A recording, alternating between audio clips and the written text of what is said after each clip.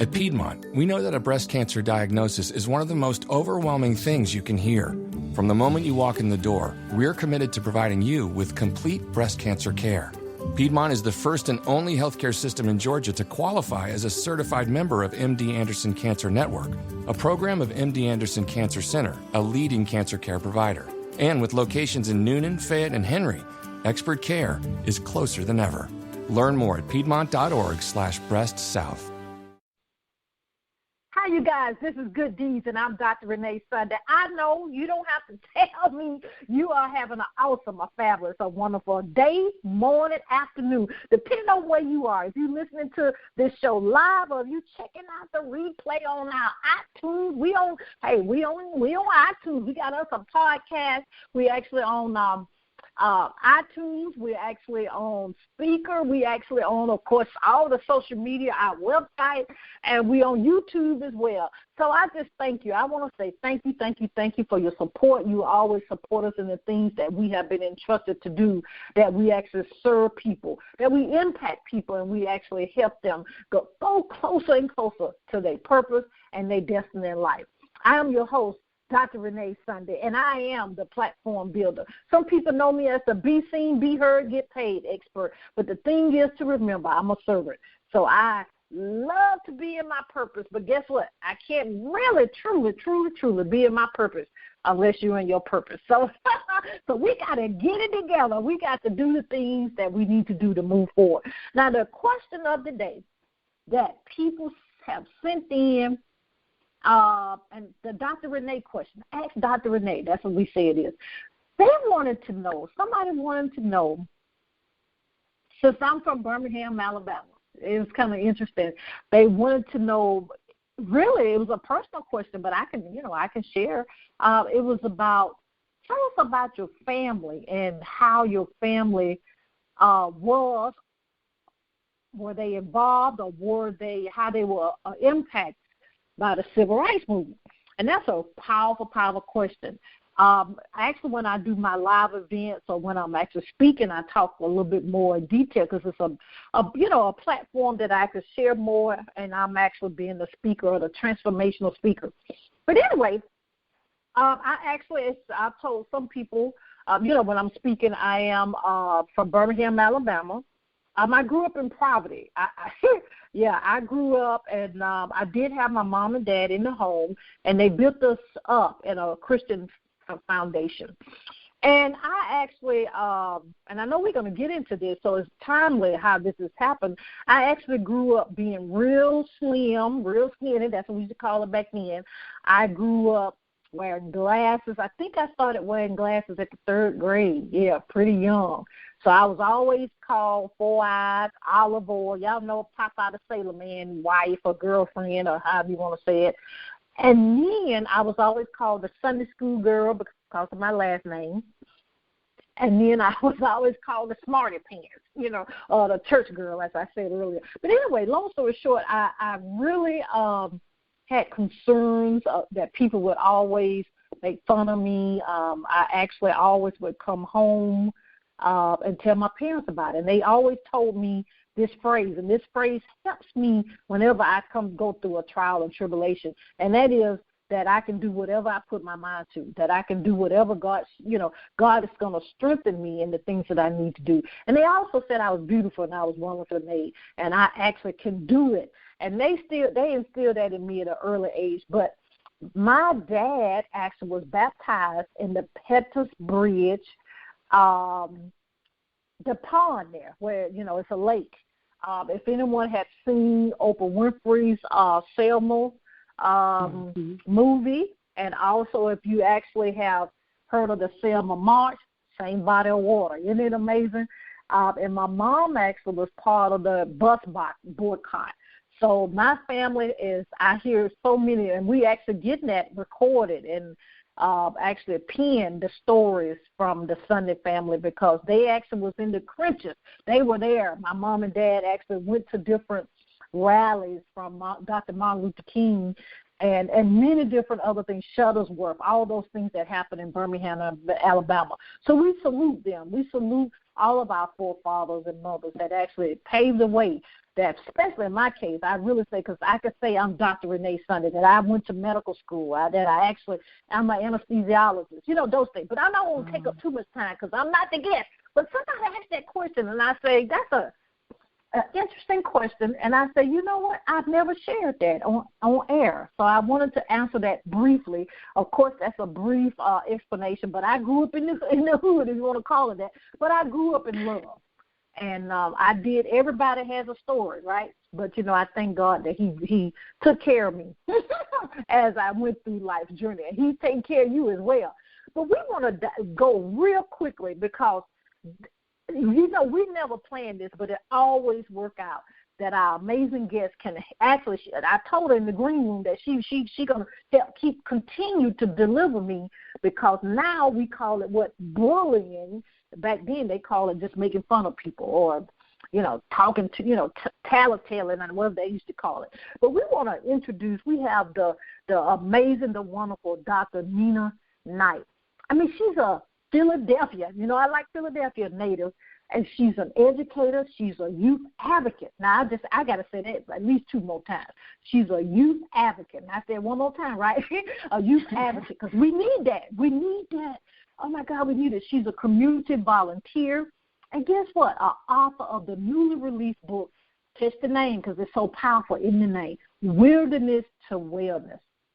That's just a sidebar. We could just pause right there for a minute and meditate on that awesome topic that she actually going to tell us about. But after completing her undergraduate studies in the urban education at, guess what, Penn State University, and graduate studies in special education and reading intervention, I love it, at St. Joseph University, Dr. Knight completed her doctorate of education with the emphasis, check this out, of administrative leadership for teaching and learning at Walden University. In 2014, her research developments on, guess what? See, nobody could have planned this, right? On bullying and implications of school reform was published. Dr. Knight, she's so humble, but Dr. Knight has been an educator for, guess what, 17 years. She has served as a school-based teacher. Now, that's a word that we got to say again, school-based teacher, principal. Oh, not principal. Okay, and special education liaison and dean of students. I mean, I just love her already. And currently, she serves as an intervention support advisor. Oh, I just love it. I'm ready to receive, and I know you are, ladies and gentlemen, this wisdom that she's going to actually give us. We want to welcome the Good Deeds, none other than Dr. Nina Knight. Welcome to Good Deeds. How you doing? Hello, Dr. Sunday. Thank you for such an awesome introduction. I'm humbled. Just even listening to your story, I'm just honored to even be a part of this show with you. Thank you. Well, we thank you because you just, everybody that instills in our students are celebrities, and that's the real celebrities, okay?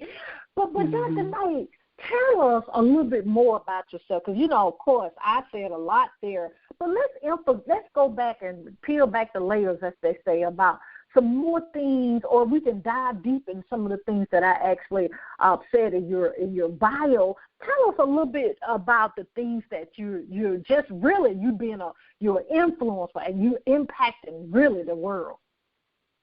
Right. My background is pretty much almost similar to your background. I grew up in Philadelphia, grew up in poverty. God bless where I didn't know I was poor. So God had my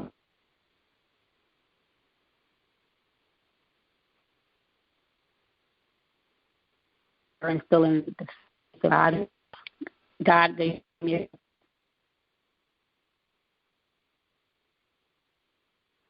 Dr. Knight, if we can't hear you, turn your phone up. Turn your phone up a little. Okay. We can't hear you. Can you hear me now? Yes, that's perfect. Okay, this better. Yes, I said God gave me a call, and to answer the call, I'm sitting and I'm playing in my summertime, just playing school, and it was at that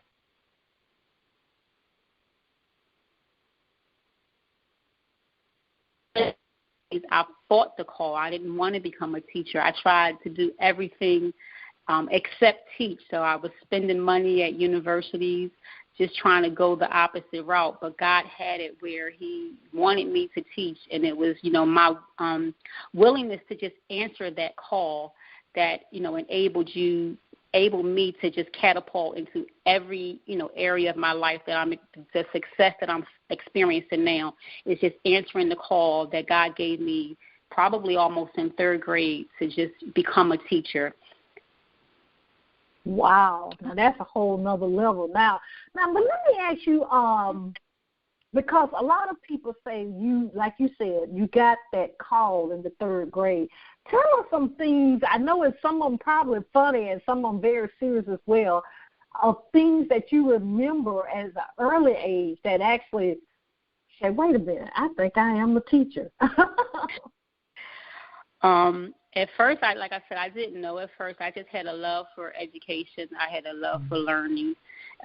Going to Sunday school, I actually resisted learning. I was like, if I do school all week long, I don't want to go to Sunday school and be, asked to be dissecting the verbs in the passage. So I was trying, fighting it on one end, but I always loved to read. So I found myself as a young girl engaged in reading. I asked my mom to buy me books. So I thank God that I had a supportive parents where they enabled me to purchase a lot of books, where my library was filled with books. Me playing school, and that was really like me just engaging in educational practices constantly. That really was at a young age that just catapulted me to just continue that, to be a lifelong learner, to witness my aunt. My aunt was who's also my pastor, watching her going to school and better herself and just seeing what knowledge was doing for her. I was just inspired by that, and I just wanted that as a little girl, even though I kind of, like I said, I fought it. I was trying to do something else, because answering God's call to anything is difficult. And, sometimes we feel unqualified. We feel that, why would God call me, because of our limitations that we feel we have within ourselves. But if we can just trust God, and this is the process that I'm learning now, that if I can trust God, the sky is truly is beyond the limit. The sky is not just the limit, it's beyond the limit. I can go further. I can go anywhere that God would have me to be if I just trust him and answer his call. Yeah, I totally can understand about that. But let me ask you, the things about you not knowing the call, but you end up being in that. Can you remember back when you actually, now this is a tricky question because a lot of people can't answer this, when you actually acknowledged it and you started walking in that path? Right. I think I was at Westchester University, and I was struggling with answering my call. I was unhappy. I was failing. I was paying to take courses over and over. And I met a gentleman, and he said to me, you have to do, he didn't use the word call, but he used like what makes you happy. He has to, what you're passionate about. And it was then, that I was just like, why am I fighting that call to be a teacher? Because that was my passion.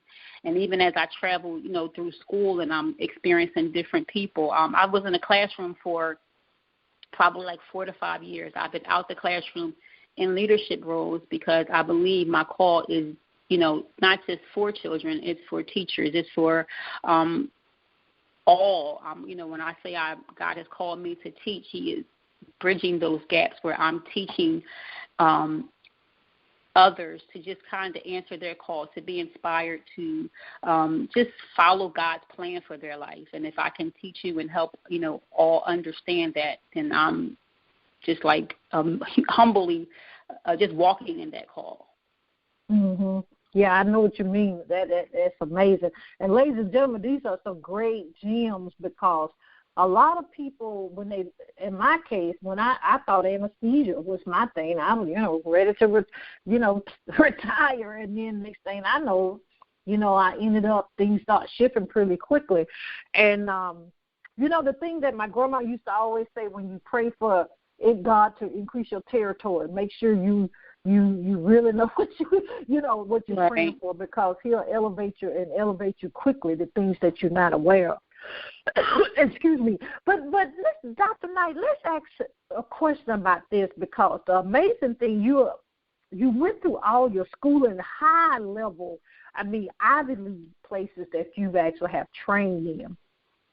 Tell us a little bit about that experience, because a lot of people don't realize, and I know you're going to touch on this, you got to truly do your due diligence when you in your studies, no matter what the career or the purpose is. Tell us just briefly about that, because a lot of people, I think, we miss the value in the due diligence or doing the work.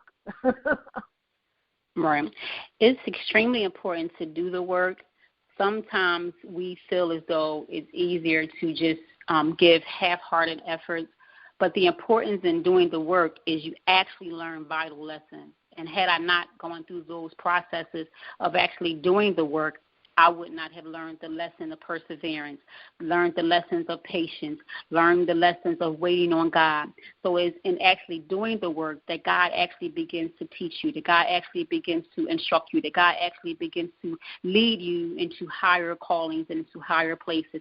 So each school I went to, it was a different lesson I had to learn when I wanted to give up, and that's the key in actually doing the work. Sometimes in doing the work, you get tired. You want to give up. But then I'm reminded, the Bible tells me that if I faint, I'll have success if I don't faint.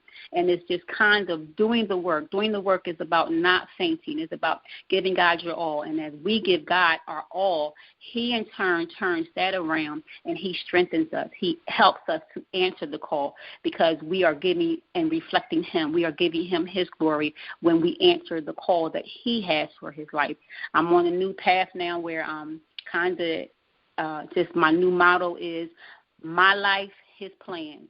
So it's just His call. So I'm just so happy to answer His call for my life. Now that's a drop the mic right there, because the people be saying drop the mic, because and I want to put a pin there to say, ladies and gentlemen, we know that's a process, and everybody's process is totally different. The thing is that Dr. Knight has told us so amazing, and please get this, is we got to make that choice. We run from our calling. I know I did, but you got to go. I think what hit for me, Dr. Knight, was I realized, first of all, that it's not all about me.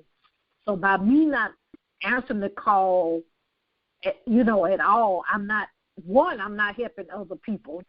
Number two, really ain't helping myself. But the thing is, when you realize that it's about helping people or helping other people get to their purpose and destiny in life, all that selfish stuff kind of go to the side. I'll just be honest about that. I just really enjoy, and all of us do, if you really peel back the layers in your life, you want people to actually have a fulfilled life and have a happy life. So that is so, that makes me want to jump right now. But tell us, let's move a little bit further, because you have an amazing life and journey, after you went to college. And tell us, because now you actively are in the lives of, just really educating people. And tell us about that, because that's a wonderful journey that I think needs to be spotlighted every day. Yes. My job, I do work for the School District of Philadelphia. It's very challenging. We deal with children who come from poverty, come from broken homes, and my aim and my goal is just to love them and to demonstrate God's love. Now, while being in schools, we can't, preach Christ, or we can't, preach Jesus, but I could give them love. I can show them the love of God. I can let them know that, they are conquerors. They are, without saying God, they are God's children, and let them know how valuable they are. And it is in that building of a relationship that I am able to express God's love. God has a relationship with us, and He wants us to have relationships with others so that they can experience His love and want to come to know Christ. But when I'm dealing with children, me working with them and building that relationship helps them to want to learn, helps them to want to grow. And that is the call, is to help children and others in that area want to grow and want to develop. But that's through building of relationships. So once I build that relationship, I'm able to help them. And I believe in servant leadership. So God has blessed me where I have been when in my schooling, probably like 4 or 5 leaders, and I'm able to be with those leaders. It's like Daniel. I have to work in that spirit of excellence. I'm serving leadership, so I'm serving each leader. I have to learn each leader. So when I get a new leader, my aim and my goal is how can I serve this leader? How could I help their plan, their vision come to pass as they are here to service these children? I'm here for the children, but I'm also here to ensure that the leadership is in a position, because leaders, they go through, they struggle, they're misunderstood. So me being a liaison have, kind of bridge that gap to help others to see, let's build this leader so that the vision can come to pass, that the children can benefit, and we're all in this village working together to help and assist each other. That's powerful. Now, let me ask you this, and I'm not trying to belittle anyone by asking this question, but I know nowadays being a teacher and being any staff person in the schools is totally different than it was, especially when I grew up. When you say relationship, because it's kind of touchy, and in the medical field, it's the same way. It's a touchy subject. When you say relationship with the kids, tell us what's quote unquote a good relationship with the kids. You know what I'm saying? Because some people, I've heard kids say, and I'm gonna be honest, when I've done career days, that they think the teacher doesn't care. Some of them think that you just actually getting a paycheck. I mean, these are just things that I've heard students say. Kind of help us out with that, because I think I'm going to say both sides, the kids, the parents, the community leaders, we need to really cultivate that to have a relationship with the kids so we can actually let them know we love them.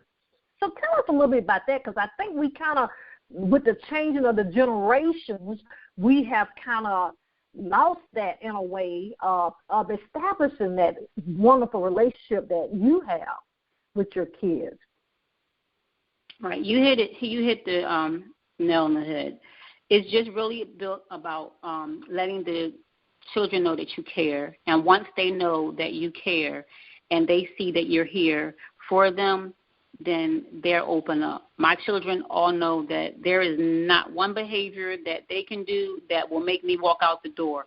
1, I need my job, but 2, I'm answering God's call. So no matter how frustrated I get, I'm here for them, and I have to let them know that I'm here for them. I have mercy to show, so I have to forget that they cursed me out, that they threw the trash can at me. I have to forget that in 5 minutes and extend mercy and let them know that I love them, and try to hear their voice on maybe what they're going through. So that's when I'm building relationship, is trying to understand them, letting them know that I love them. And even when I'm fussing at them, they know, wow, Dr. Knight, she really cares about me, because she'll hear me out. She's not going to just call my mom. She's not going to just give me a suspension. She's actually going to hear me out, and she's going to see what my problem is, to see if I can actually assist and help them get the solution to their problem. So that's a part of that building relationship. And they're all going through, they're all going through, tying it to my book, they're all going through a wilderness experience. Our children are going through experiences that I haven't had to go through in my life. So when I'm talking to them, I had my mom and my dad, they had tough love. My dad worked, my mom worked. My dad had his business. A lot of children didn't have all that. They don't come from those types of homes. And when I'm witnessing that, I'm looking at our children go through wilderness experiences. And the goal is to get them to wellness, to get them to complete healing, to get them to know that even in these, negative experiences, that wellness is possible, that healing is possible, that growth is possible. Because when we're in our wilderness, we feel defeated. We feel like God has forgotten us. But it is in our wilderness that God is actually making us. He is kind of molding us. He's shaping us to show us how powerful and how strong we are so that we can obtain wellness. Girl, you preaching now. Oh, my, that's amazing. That's amazing. Because what and I don't have kids. I'm going to throw that out there. But when I see the kids' face, I think they, and I'm thinking back when I was younger, we want direction. Mm-hmm. We want direction. We want love. But if our environment, like you said, I did as well. I grew up in poverty, but I did have that love in the home. But I really believe the kids, they say all this about millennials and this about this, but they just want love. They right. just want love. And then they want us, and I'm going to say us, I'm going to include me, myself in this, is they want the adults to be consistent, especially when we do one thing in the church and then we do something else when we go home or riding home from church, we're doing something else. We really can't do that. But you know what I had to do, and I'm going to be very transparent, what I had to do in my life, Dr. Knight, was realize my parents did the best they could. Exactly. With what they had. Let me add that component on there because that makes a big difference. Now, of course, a child that, they say 8, 9, 10, and even 21 may not even understand that till they get to almost 50 like me. And don't put that out there no way, y'all. No, I'm just kidding. But I'm just saying it's a process for me to actually have realized that. So young people, because we do have a lot of young people that listen, I mean, your parents don't want to keep you away from anything. They just have been there, done that. And they don't want you to actually get hurt or have a bad experience, because they've done right. it. but tell exactly. us, you kind of threw in there real quick there about your book, The Wilderness. The Wilderness. You touched on that a little bit, but go in detail a little bit. Of course, we don't buy the book now. We ain't giving y'all everything. You know how I am about that, buying the book. But how did you actually come up with the title? Because I'm always fascinated with the title of actual books. That is also answering the call. I went through breast cancer. I was diagnosed with breast cancer 5 years ago. And during that time, I journaled. And I just left my journal there. But God kept asking me to write a book. And I felt unqualified. Even though I answered the call to teach, I was trying to run away from this call. I felt unqualified. So God gave me everything. He told me to write the book. He gave me the title through somebody. It was like the sister came to me and texted me and said, you got a book, and it's called Wilderness to Wellness. I try not even to use the book. And as I begin to, listen to the title, Wilderness to Wellness, and look at my experience, it just, resonated. It was like, this is what the title is supposed to be, Wilderness to Wellness. And I just started mapping it out. I just gave a transparent account of actually just going through 2 surgeries within, I would say, 3 months. So 2 major surgeries within 3 months. When I was going to have 1 surgery, I discovered that I actually had a lump on my breast, which turned out later to be cancer, and I had to go right back and have another surgery. Now, we got to get that book, ladies and gentlemen, because she's giving us some nuggets right on it. Wow. But the great thing about it is, with the title of the book, is that in the middle word said to. So she didn't stay in this. She went to another level, if you will. She actually got healed and delivered, and she's here to tell us about it. Because whatever story, ladies and gentlemen, that you read, you hear, or you witness someone expressing words like we have here today, is you find yourself in that story. And that's the key, finding yourself, because to realize, number one, is you're not alone in the things that you're going through. And then also, Dr. Knight gives us, in her book, ways that we actually continue to do that too, meaning not staying in that same situation. I love it. Yes. But Dr. Knight, I'm going to give you the end time here. And we had a great conversation here. And we actually want to continue our dialogue. I mean, we got to get you back because you're powerful in the things that you've been through, the things that you actually continue to do in your life. Speak to the audience. Anything that we have missed that we need to address, or anything that's weighing, as the old people say, weighing heavy on your heart. But then after that, please tell us how we can contact you and how we can actually get your awesome publications and more to come. And then also how we can support you on social media as well. Okay. Just one last word with this book. The book is really just for those who have experienced loss. We've all experienced loss, so we can all relate to loss of our will, loss physically, mentally, emotionally. God's design for us is never to leave us in loss, but he wants us to lose so that we can win. Sometimes we have to lose things in order to gain better things, and that's what Wilderness to Wellness is about. Wilderness to Wellness is really about just gaining better for yourself, gaining insight into God's plan, gaining strength when you thought and felt defeated. So Wilderness to Wellness is a story of hope, is a story of inspiration, is a story of faith, is a story of perseverance, and it's not just my story, but it's everybody's story, because everybody has experienced a wilderness. Everybody some people are going through it now, but even in going through it now, there's hope. God has sent me just to let you know that there's hope, that wellness is at the end of this. It's through. You're going through it, and in going through it, that means you're still moving. As long as you're going through, that's movement, and as long as you have movement, you are going towards your wellness. So you can reach me, Gmail, Dr. Nina Knight at gmail.com. I'm on social media, Dr. Nina Knight, on Facebook and also on Instagram and LinkedIn. If you want to purchase the book, it is on drninaknight.com. You could purchase it there, or you can go to Barnes & Noble, Amazon. You may also purchase it there, and any ebooks, iBooks, iTunes, Google Play, Nook. So it's really available wherever books are sold. So if you go into a bookstore, request it.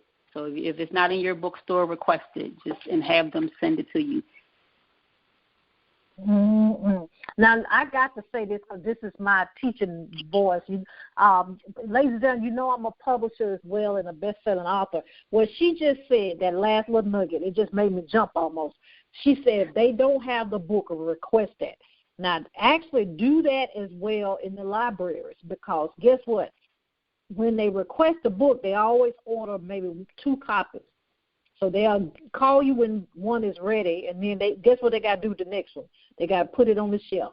So now all of a sudden you in the public library and you in the bookstore. That's a secret that the publishers, but it was in my spirit to share that. That's a secret that the publishers, though, when you publish a book, especially self-publishing. I mean, the high-end publish, they've been doing it for years, but we self-publishers or the hybrid publishers, that's one of their secrets that they do to get your book on the shelf.